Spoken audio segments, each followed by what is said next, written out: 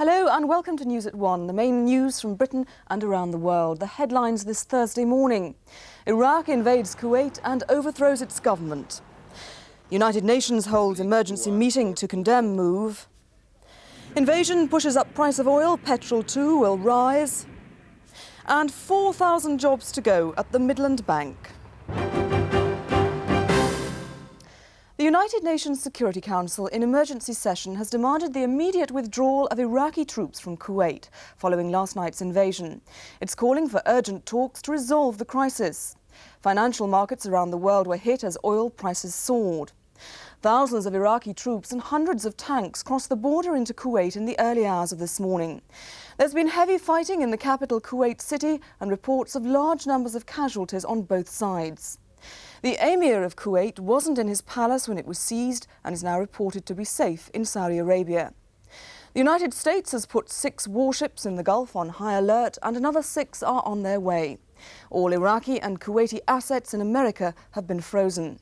Iraq's President Saddam Hussein warned that he would turn Kuwait into a graveyard if any foreign country tried to intervene. The Foreign Office has set up an emergency unit to help relatives of the 3,000 Britons living in Kuwait. The number is 071 270 2700. That's 071 270 2700. In New York, the United Nations Security Council went into an unprecedented nighttime meeting to condemn the invasion. The United States says it's an outrageous act of aggression.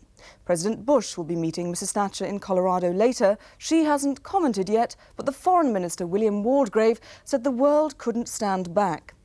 The Soviet Foreign Minister, Edvard Shevardnadze, said that everything must be done to liquidate the conflict. UN ambassadors were woken in the small hours, called into emergency session to face a crisis of precisely the kind this body is designed for. This is a kind of a test for the Council and the responsibility of this Council vis-à-vis peace and security in this vital area of the world. Kuwait's request is very simple and clear, is to stop this invasion and at once. But Iraq's representative was unrepentant. Live before the television cameras, he dismissed the deliberations of these guardians of international security. First of all, the events taking place in Kuwait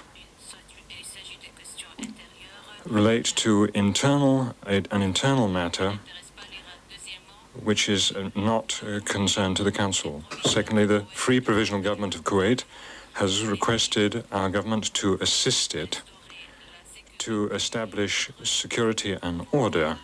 It's a well-worn tactic, claiming an invasion was simply fraternal assistance. The crisis has found the Prime Minister in the American mountain resort of Aspen. Her talks there later today with President Bush will provide an opportunity to coordinate the British and American responses. Her host hasn't ruled out anything, but it seems likely he'll try diplomatic and not military pressure. I see no prima facie reason why there should not be a mandatory Security Council resolution adopted unanimously demanding Iraqi withdrawal and a restoration of the legitimate government, with the certainty that if that doesn't happen, mandatory economic sanctions on a wide basis would be applied to Iraq. The growing diplomatic cooperation between the Americans and the Soviets would help an international effort like that. The American Secretary of State, James Baker, told his Soviet opposite number about the invasion at their meeting last night. And this morning, Mr. Shevardnadze condemned Iraq's action. That will help Western efforts to put pressure on Baghdad. The impact of the invasion is making itself felt throughout the Middle East. Israel's cabinet met to discuss it this morning. The talk here is of a new Middle Eastern superpower that changes all the equations of power in the region. A country like that not only make threat, but carries them out. And it is obvious now that the policy of Iraq threatens peace and stability now in the Persian Gulf, and I think also are a bigger threat than any other regional dispute to peace and stability in the Middle East. The Foreign Office has condemned the invasion of Kuwait and supports sanctions against Iraq. But there are already signs of this becoming a party political issue in Britain. I'm sorry to say this government has been very flabby in its attitude towards this regime this year. This is a regime which in the past few months, in relation to Britain alone, has murdered the journalist Farzad Bazoft, has been discovered trying to smuggle nuclear triggers through a British airport to Iraq, and which has been discovered trying to get components for a huge gun manufactured in this country. The government has responded in the most flabby way to this. There are signs of sensitivity to that accusation among Conservatives at Westminster. The senior backbencher David Howell a short time ago called for the threat of a unified military operation against Iraq. The invasion took place in the early hours of this morning. Norman Rees has this report. News that the invasion was underway came in a broadcast from Kuwait radio monitored at Caversham. It said, "Citizens, your country is being subjected to a barbaric invasion. It is time to defend it. The people of Kuwait, their honor is being violated and their blood is being shed. Hurry to their aid, you Arabs." 6 Iraqi divisions, 100,000 men, backed by 300 tanks, had been massed on the Kuwait border for days. The invasion force included armoured trucks and helicopter gunships, crossed the frontier at 2 a.m. and swiftly advanced on the capital 80 miles to the south. They reached the outskirts of the city within 4 hours when troops were seen shooting at security roadblocks. The Iraqis first seized the Dasman Palace, home of the Emir of Kuwait. It's here they met their fiercest resistance. Heavy gunfire was heard. Casualties are said to be heavy. It's definitely not safe to go out. I've heard of other battles around the Emir's other palace earlier this morning where civilians, people in general, got killed. In the early hours of this morning. Most people are now seen to be staying inside. There was a lot of traffic on the streets early this morning, but not anymore. As the Iraqis strengthened their grip on the city, they surrounded the British and US embassies with troops and tanks and seized key installations, including the television station and the airport. Trapped in the airfield was British Airways Jumbo Flight 149 to Madras, carrying 362 passengers, 11 of them children. They're unharmed and have been taken to hotels.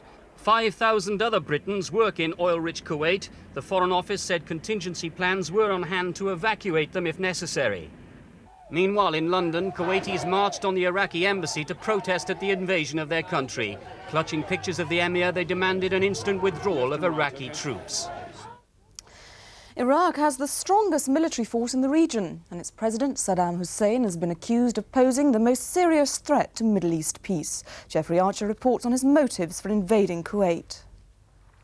Iraqi President Saddam Hussein is a man who sees himself as the leader of the Arab world. His belief in his own power enabled him to pressure OPEC countries into raising the price of oil, and he succeeded in bullying Kuwait into cutting its production. But it wasn't enough. He's shown himself ready to use chemical weapons to get his way in the past, and there's a widespread belief he's developing the nuclear bomb.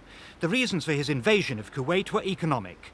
Since the Iran-Iraq war, Iraq's main port of Basra has been unusable.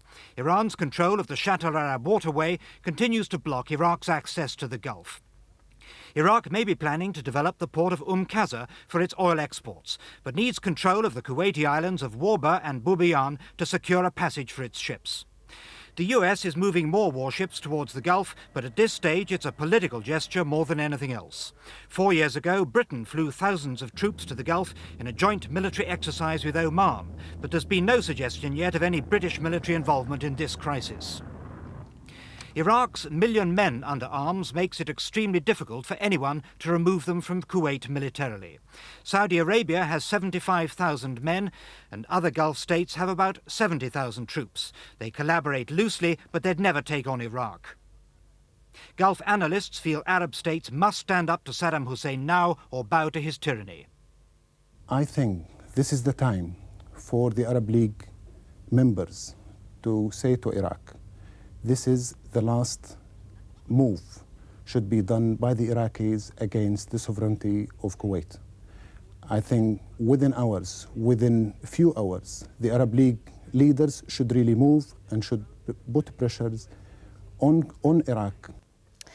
The invasion is likely to lead to a sharp rise in the cost of petrol as the price of oil goes up.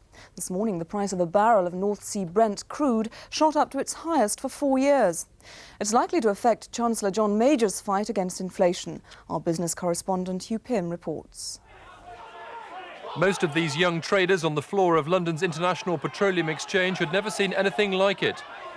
A $4 rise in the price of a barrel of oil in a couple of hours. Near panic conditions reflected confusion about the likely impact of the Iraqi invasion.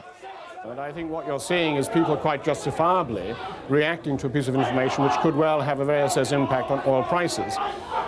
Oil companies and oil traders and refiners have to enter into commitments many months ahead, and therefore they need to protect themselves against adverse price movements.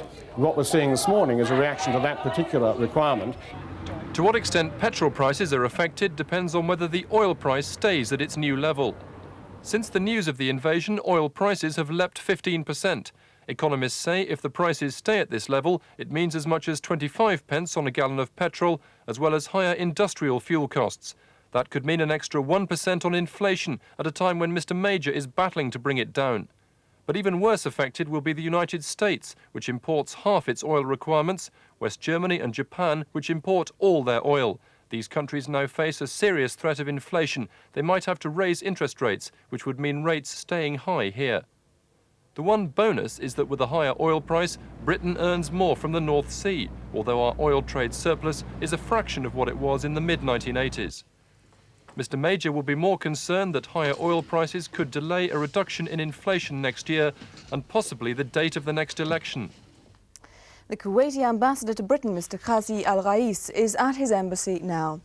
Mr. Ambassador, what sort of help will you be expecting from Britain? Any help is appreciated. We are not asking specifically for one kind of help. Whatever the United Kingdom can offer, it is appreciated. What about military aid? Will you be expecting that? If you are ready to give us that, we are not going to refuse at all. Now, you've appealed for help from your Arab friends, but the signs are most experts are saying that this is unlikely to happen.